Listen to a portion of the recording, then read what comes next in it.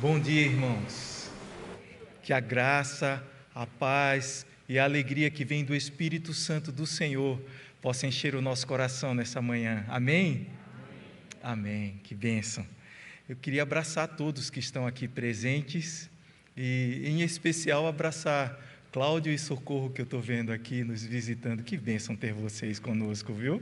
Uma alegria rever vocês depois de quase 100 anos sem ver vocês. Não é? Perto disso, não é?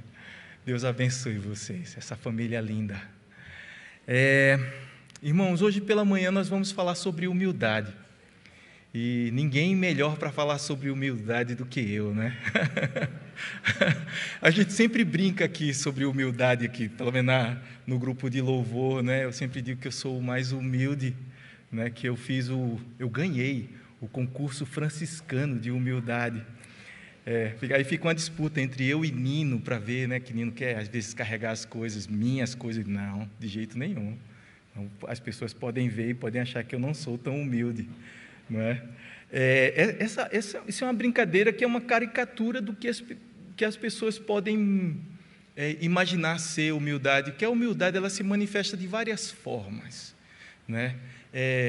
A humildade ela é entendida às vezes como pobreza, não é? Uma pessoa que não tem bens é chamado de uma pessoa humilde, não é? Às vezes as pessoas exageram e tem gente que quer ser humilde forçado, como na brincadeira que a gente tem aqui na igreja mesmo, né? E fica tentando demonstrar a todo custo essa humildade.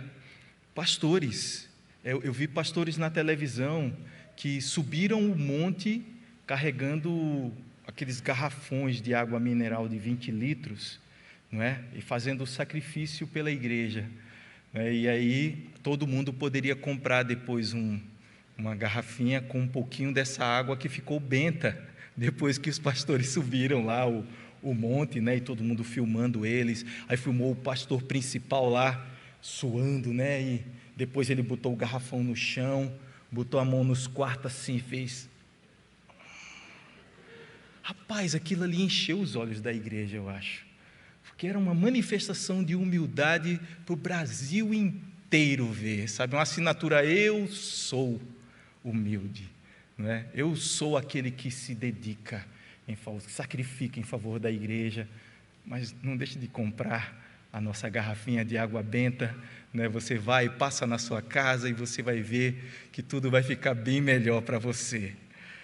Essas ideias, elas fogem daquilo que verdadeiramente é a humildade bíblica. E Davi aponta características muito importantes da humildade bíblica no Salmo 131. Um salmo bem pequenininho, com somente 3 versículos, mas que fala muito sobre a verdadeira humildade. O tema da mensagem é humildade, é descansar no Senhor.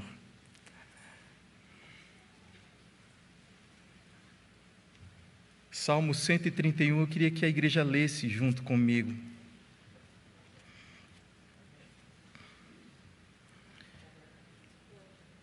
Juntos? Senhor, não é soberbo o meu coração, nem altivo o meu olhar. Não ando à procura de grandes coisas, nem de coisas maravilhosas demais para mim. Pelo contrário, fiz calar e sossegar a minha alma, como a criança desmamada se aquieta nos braços de sua mãe, como essa criança é a minha alma para comigo. Espera, ó Israel, no Senhor, desde agora e para sempre. Amém. Amém. Que bênção. É um salmo de romagem. Davi escreveu esse salmo, em primeiro lugar, eu imagino que tenha sido uma expressão do coração dele mesmo para com Deus. Ele queria dizer para Deus que no coração dele não passava nada que pudesse exaltá-lo acima de outros homens, que o tornasse mais especial, mais importante, melhor do que os outros. Ele queria afirmar isso para Deus porque ele realmente acreditava nisso. Davi foi uma pessoa que o sofrimento ensinou para ele que ele não era melhor do que ninguém. Davi é um homem que foi disciplinado por várias vezes por Deus e viu na sua própria casa tantas lutas por causa de disfunções pessoais dele como pai, que ele não tinha como se exaltar. Mesmo sendo rei de uma das maiores potências do tempo dele, Israel, ele não poderia se exaltar. Davi foi disciplinado por Deus por adultério, foi fustigado pela perseguição do seu próprio filho, um filho dele que queria tomar o lugar dele no reino. Ele viu esse filho ser morto, não viu pessoalmente, mas sofreu muito ao ver esse filho morrer, sofreu muito também ao ver o fruto do seu adultério também morrer. Ele viu um filho estuprar a sua filha e outro filho vir matar aquele filho. Ou seja, a vida de Davi foi muito dura. Ele foi perseguido durante muito tempo pelo rei Saul. Davi, ele vivia em busca de paz. E ele descobriu a paz em Deus, e não nas circunstâncias, não naquilo que ele podia ver. O descanso de Davi estava num coração quebrantado pelo próprio Deus, que fazia com que ele estivesse constantemente aos pés de Deus. Ninguém escreveu mais salmos do que Davi. Ninguém teve o coração tão aberto como Davi. Ninguém chorou tanto quanto Davi. Davi chorou muito diante do Senhor. E esse homem é um homem de Deus que nos fala, um homem segundo o coração de Deus, que nessa manhã, eu espero em Deus, por graça, nos ensine sobre como ele fez para encontrar descanso para o coração dele. Claro, foi através de um coração humilde, quebrantado diante do Senhor. Eu tenho um texto aqui, os irmãos sabem, eu tenho dificuldades às vezes de ler textos extensos, né? Eu começo a ler e aí de vez em quando eu dou uma dispersada e troco palavras e tudo mais, mas com a paciência dos irmãos eu queria ler só esse, é uma palavra, uma explicação sobre humildade que tem no comentário ou no dicionário Strong's, que geralmente tem em Bíblias que a gente pode selecionar. Strong, ele é um teólogo que ele escreveu o seu dicionário a partir de números, então ele numera uma palavra e aquela palavra ali a gente acha ela onde ela está nos vários lugares da Bíblia. A gente pode contar quantas vezes alguém citou aquela palavra e quantas vezes ela se encontra na Escritura Sagrada. E aí, falando sobre humildade, ele diz assim: humildade para Deus é aquela disposição de espírito com a qual aceitamos a sua forma de lidar conosco como a melhor, sem, no entanto, disputar ou resistir. No Antigo Testamento, os humildes são aqueles que confiam inteiramente em Deus, mais do que em suas próprias forças. Deus é aquele que vai defendê-los contra toda injustiça. Assim, a atitude humilde para com os ímpios implica em saber que Deus está permitindo as injúrias que infligem, as injúrias que os ímpios acabam, e durante toda a história do povo de Deus, acabaram infligindo ao povo de Deus, que Ele, Deus, os está usando para purificar seus eleitos. e que livrará seus eleitos a seu tempo. Bondade ou humildade são opostos à arrogância e egoísmo, e originam-se na confiança na bondade de Deus e no seu controle sobre a situação. A pessoa bondosa não está centrada no seu egoísmo. Está escrito diferente aqui, eu acho que eu errei na digitação. A pessoa bondosa não está centrada no seu egoísmo. É obra do Espírito, não da vontade humana. Quando ele fala é obra do Espírito, ele cita Gálatas capítulo 5, versículo 23, dos frutos do Espírito, né?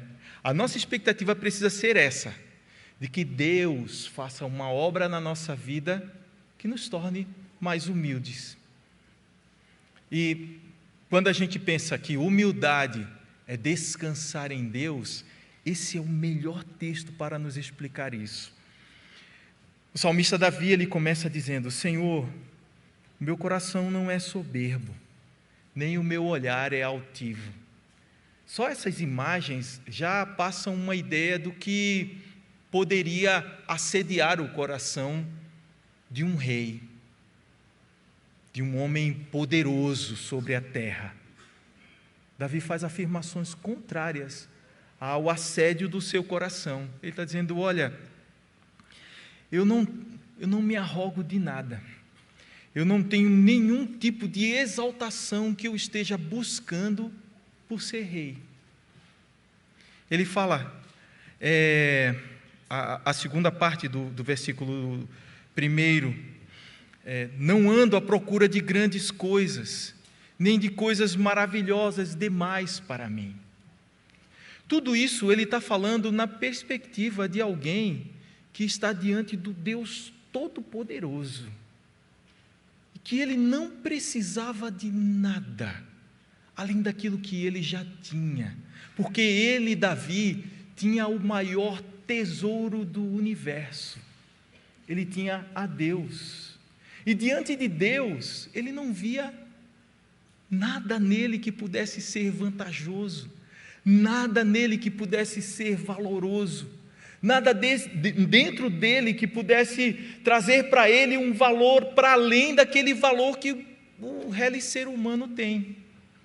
Não sou nada, Senhor, diante de Ti.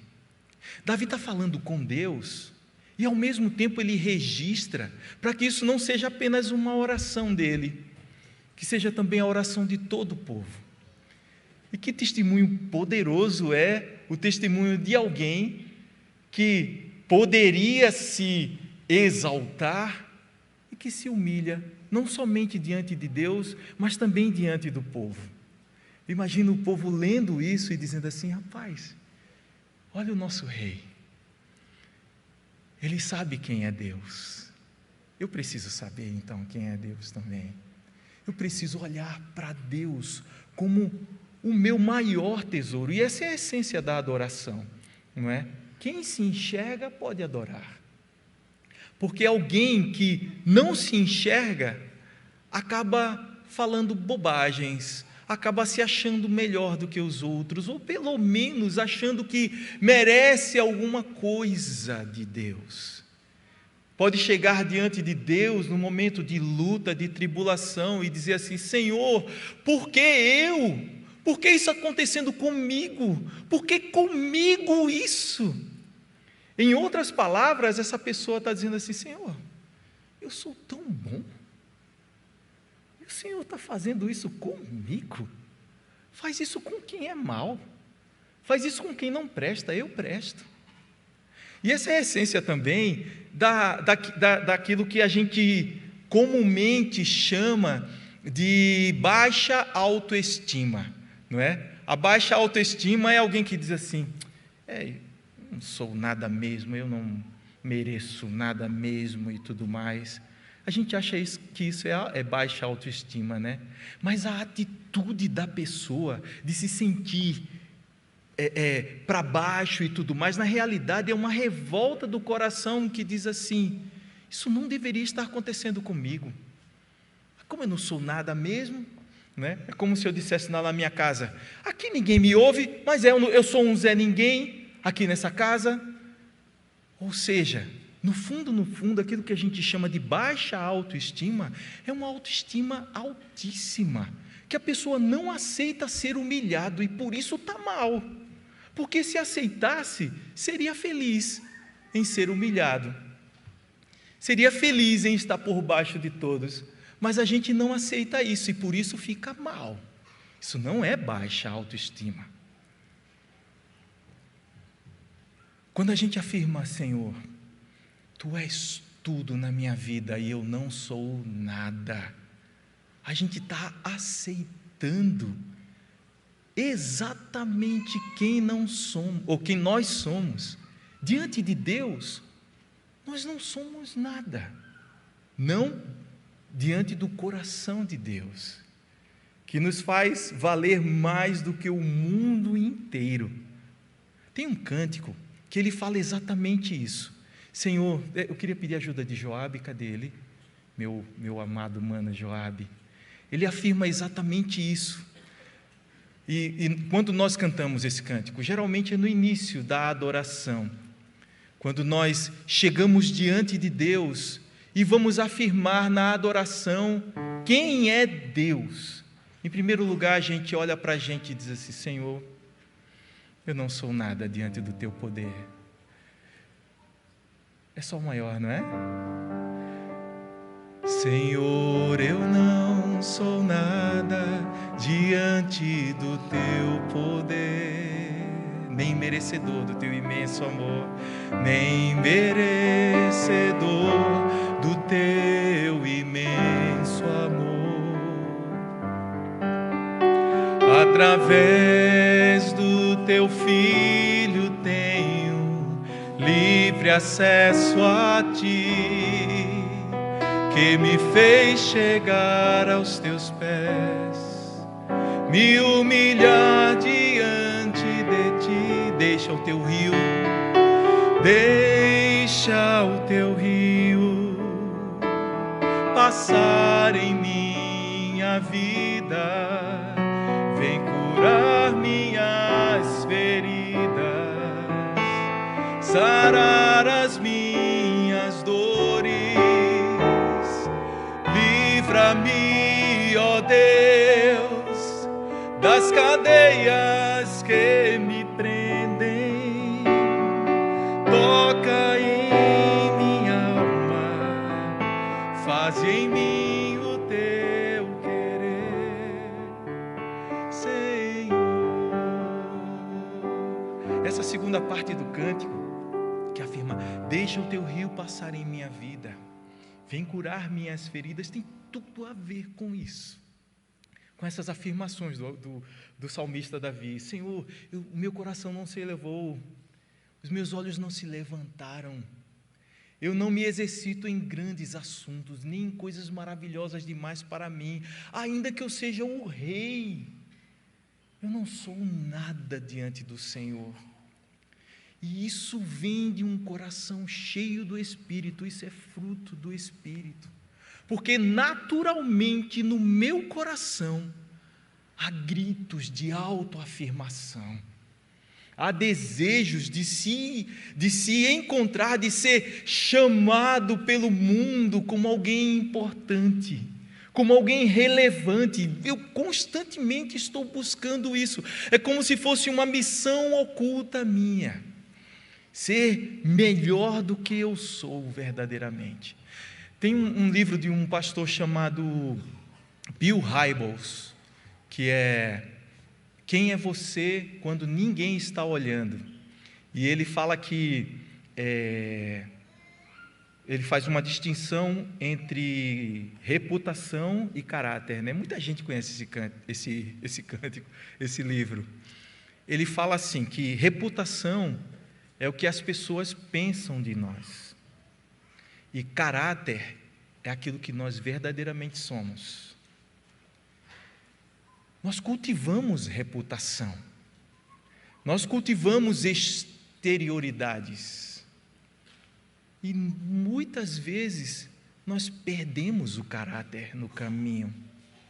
Não é assim?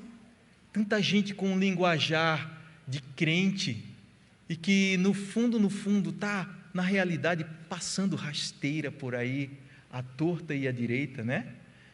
Uma pessoa que fala tudo direitinho, que dá glória a Deus, que na igreja é até líder, mas que na vida pessoal é uma desgraça.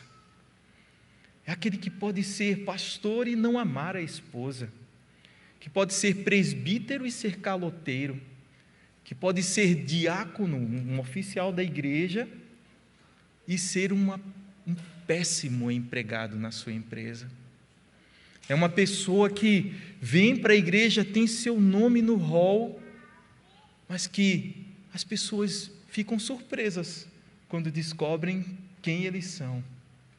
Isso vem de uma tentativa de enganar o mundo em relação a quem são.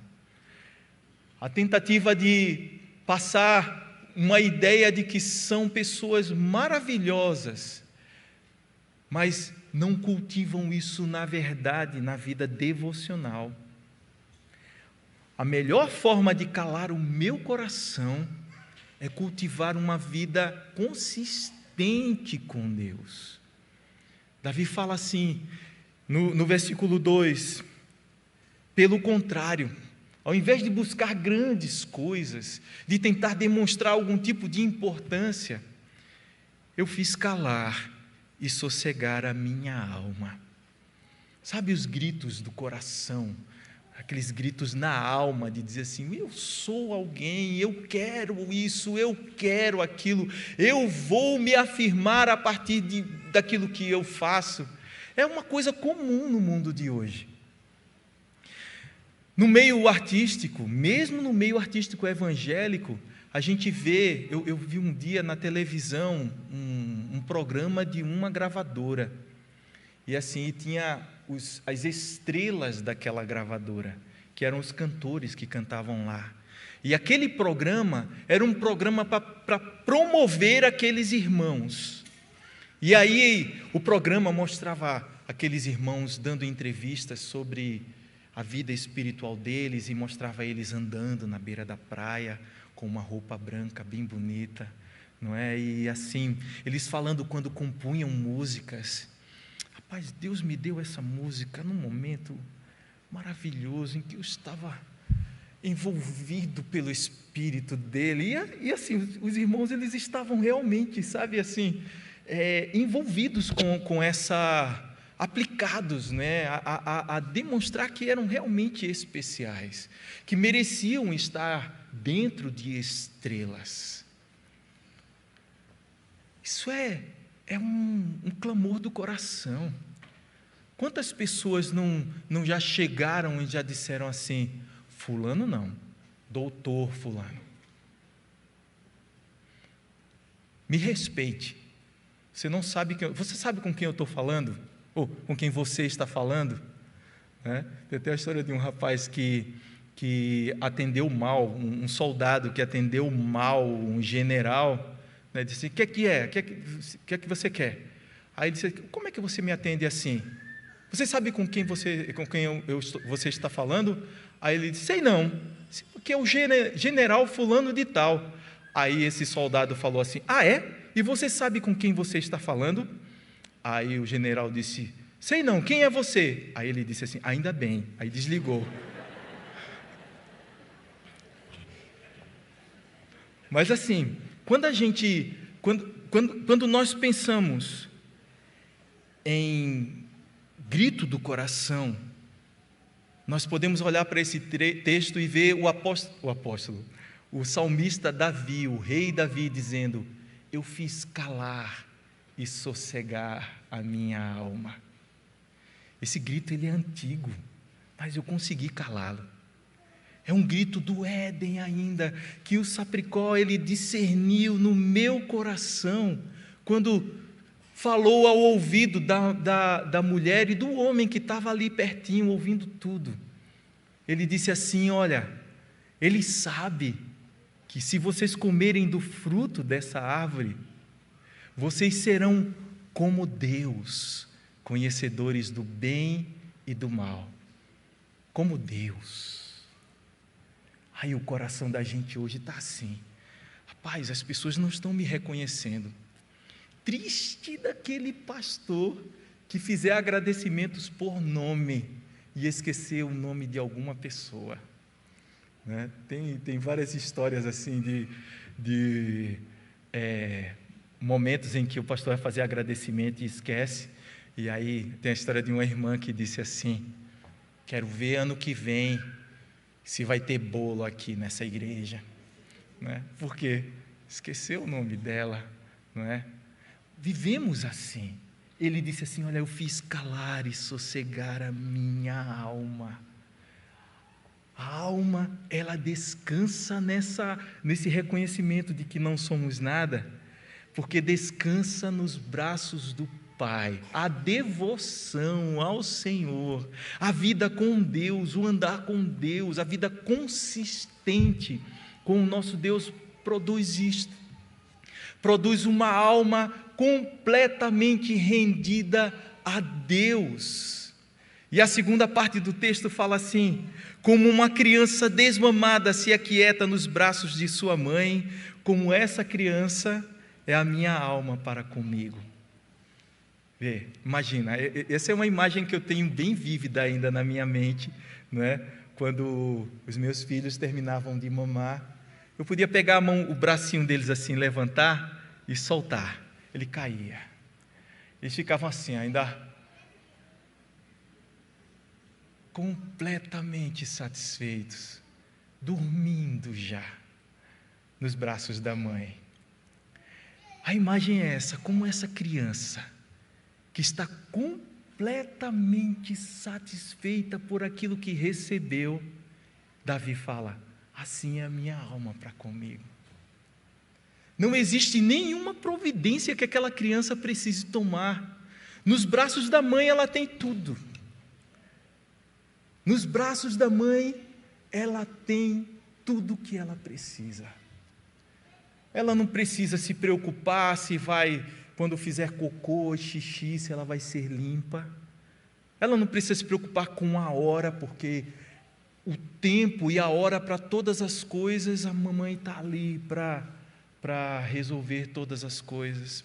Ela não precisa se preocupar com nada. Ela tem tudo o que ela precisa. E aí Davi está falando isso, com essa criança: tal é minha alma para comigo, porque ele sabia que em Deus ele tinha tudo o que ele precisava, e toda a riqueza que ele podia angariar na vida não era nada diante de Deus. Isso me faz lembrar o jovem rico.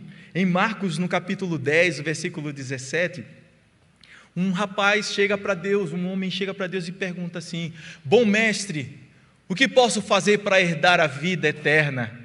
Ele estava valorizando, né? Na vida, o que ele queria era a vida eterna. Que lindo! Aí Jesus fala para ele assim, depois dele dizer que guarda todos os mandamentos e tudo mais, aí Jesus diz assim: então, venda tudo que você tem, dê aos pobres e você vai ter um tesouro no céu. Aí, aquilo que parecia ser caráter, era apenas reputação. Ele guardava todos os mandamentos, mas só para si. Ele não queria a Deus. Ele queria mais um benefício. Ele não queria a vida de Deus, mas ele queria ser acoplado aos benefícios de ter Deus também a seu favor, porque o que a palavra de Deus diz é que ele, quando ouviu sobre vender tudo que ele tinha, ele ficou triste, baixou a cabeça e foi embora chateado, porque ele era dono de muitas propriedades. Tudo que ele tinha era tão precioso para ele, que ele não poderia abrir mão para ter um tesouro no céu. Aqui traça e ferrugem corroem, mas o nosso coração anseia pelas coisas daqui.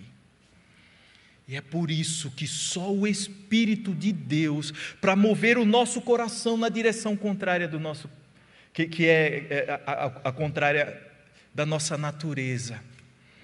Não há como ser diferente.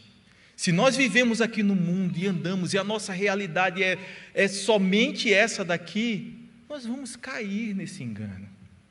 Nós vamos começar a nos angustiar por causa das coisas que temos. E não há descanso em ter. Não há descanso.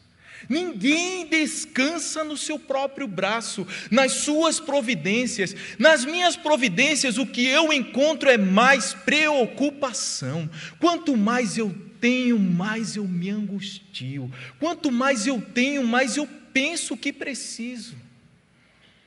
Ninguém está satisfeito. Ninguém descansa a não ser em Deus. Salmo 73 diz: a quem tenho eu no céu? E na terra não há quem eu deseje além de ti. Ainda que o meu coração e a minha carne desfaleçam, o Senhor é a fortaleza do meu coração e a minha herança para sempre. Vamos cantar esse cântico? A quem tenho eu no céu, Senhor? A quem tenho eu no céu, senão a ti? E na terra não há quem eu deseje além de ti. Minha alma desfalece, mas Deus é a força do meu coração e a minha herança para sempre.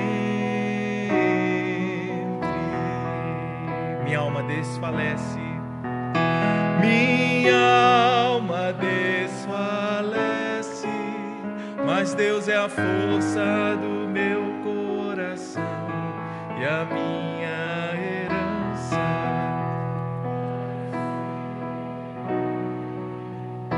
para sempre, para sempre.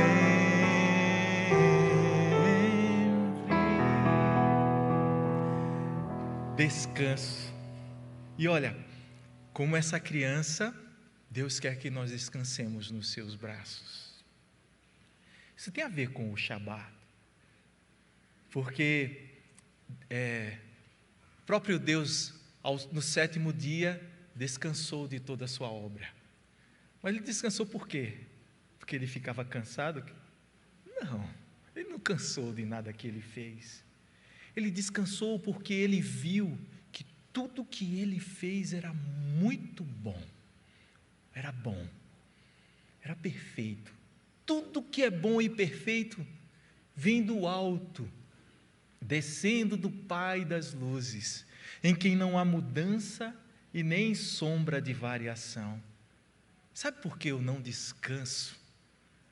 Porque eu estou preocupado com muita coisa e não estou esperando em Deus aquilo que eu deveria esperar.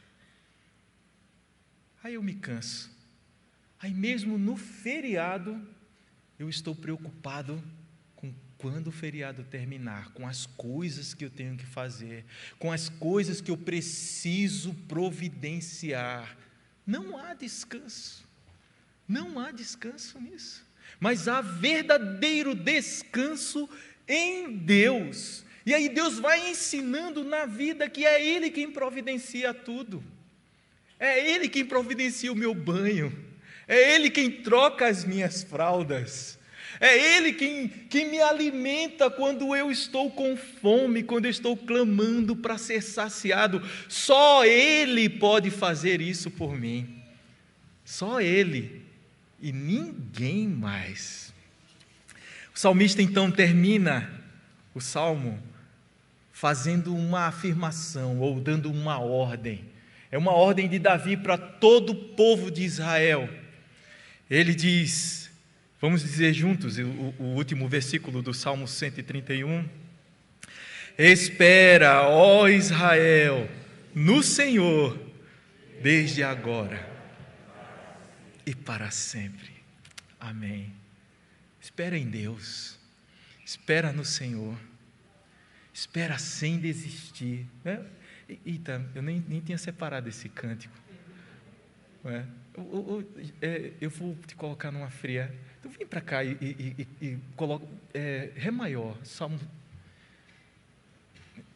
Eu não sei qual é o Salmo, mas o cântico fala: espera no Senhor sem desistir, na certeza que Ele não falha,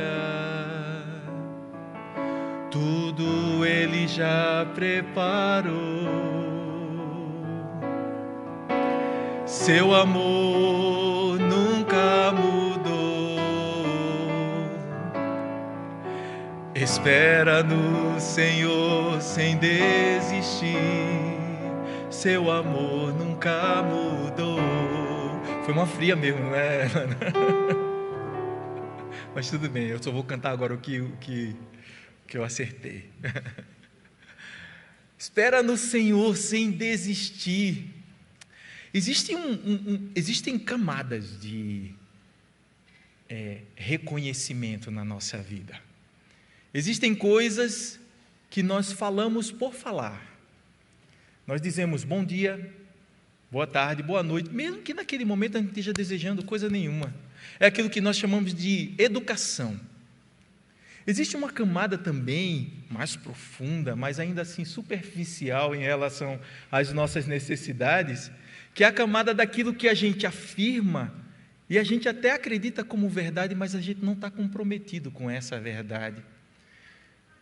Que é quando a gente, por exemplo, canta verdades como essa, mas não aplica na vida, não se torna vida em nós.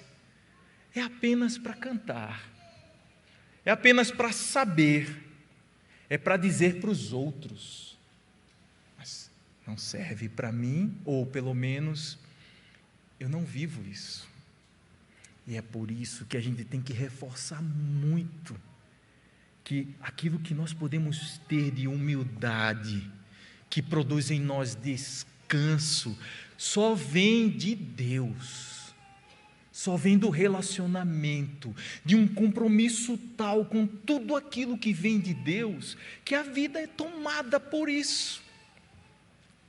E quando a gente ouve que o amor dele nunca mudou, a gente descansa nisso. Mas isso é um exercício que tem a ver com Deus. Leitura da palavra, oração, busca de Deus constante. Certezas que agora fazem com que nós afirmemos verdades que são para a nossa vida.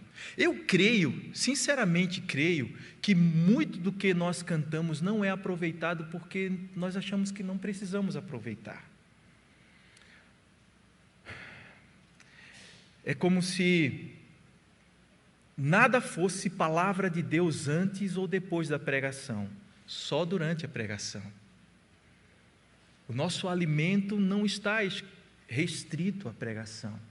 Os nossos compromissos, eles não estão restritos a apenas um momento, mas está espalhado pela nossa vida. E quando nós cantamos, nós precisamos estar certos de que aquilo que nós cantamos também é bíblico, também é palavra de Deus para nós, é Deus falando conosco também. Ele está afirmando tanto quem Ele é, como nós devemos viver. Se eu canto, espera no Senhor sem desistir, na certeza de que Ele não falha, e essa certeza ela nem existe em mim, é porque eu simplesmente cantei. Muitas vezes eu vejo mais compromisso em... Eu estava assistindo um dia desse um vídeo de Elis Regina, ela cantando uma canção chamada Atrás da Porta. Que ela fala, é uma mulher que está sendo deixada pelo marido. E aí a letra da música diz: quando olhaste bem nos olhos meus e o teu olhar era de adeus, juro que não acreditei.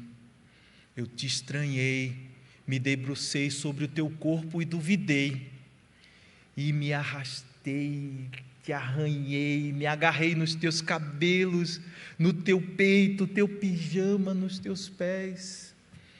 Aí quando ela está cantando assim, ao pé da cama, sem carinho, sem coberta, no tapete, atrás da porta, ela chorou baixinho. Veja, quando ela cantou aquilo ali, lágrimas caíram dos olhos dela. É como se ela estivesse cantando a vida dela. Eu nem sei como foram as separações que ela viveu, mas eu acho que ela lembrava todas as vezes. Eu não sei como é a nossa vida, mas o que nós cantamos deveria ser a nossa vida. O que nós oramos deveria ser a nossa vida. O que nós ouvimos o pastor pregar deveria ser a nossa vida. Tem que ser. Se não for a nossa vida, nós estamos caminhando perdidos para o inferno, como qualquer pagão. Onde está o descanso do povo de Deus? Onde está a satisfação do coração do povo de Deus? Onde está a vida de Deus no povo que se chama pelo seu nome? Eu tenho 3 aplicações para fazer desse texto, antes de terminar.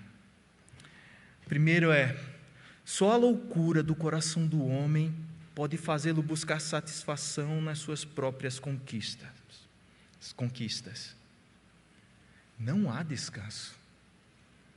Não há descanso em nenhuma conquista minha. Isso é mentira, que eu acreditei muito tempo. Segundo lugar, o mundo, a carne e o diabo conspirarão para que não descansemos em Deus.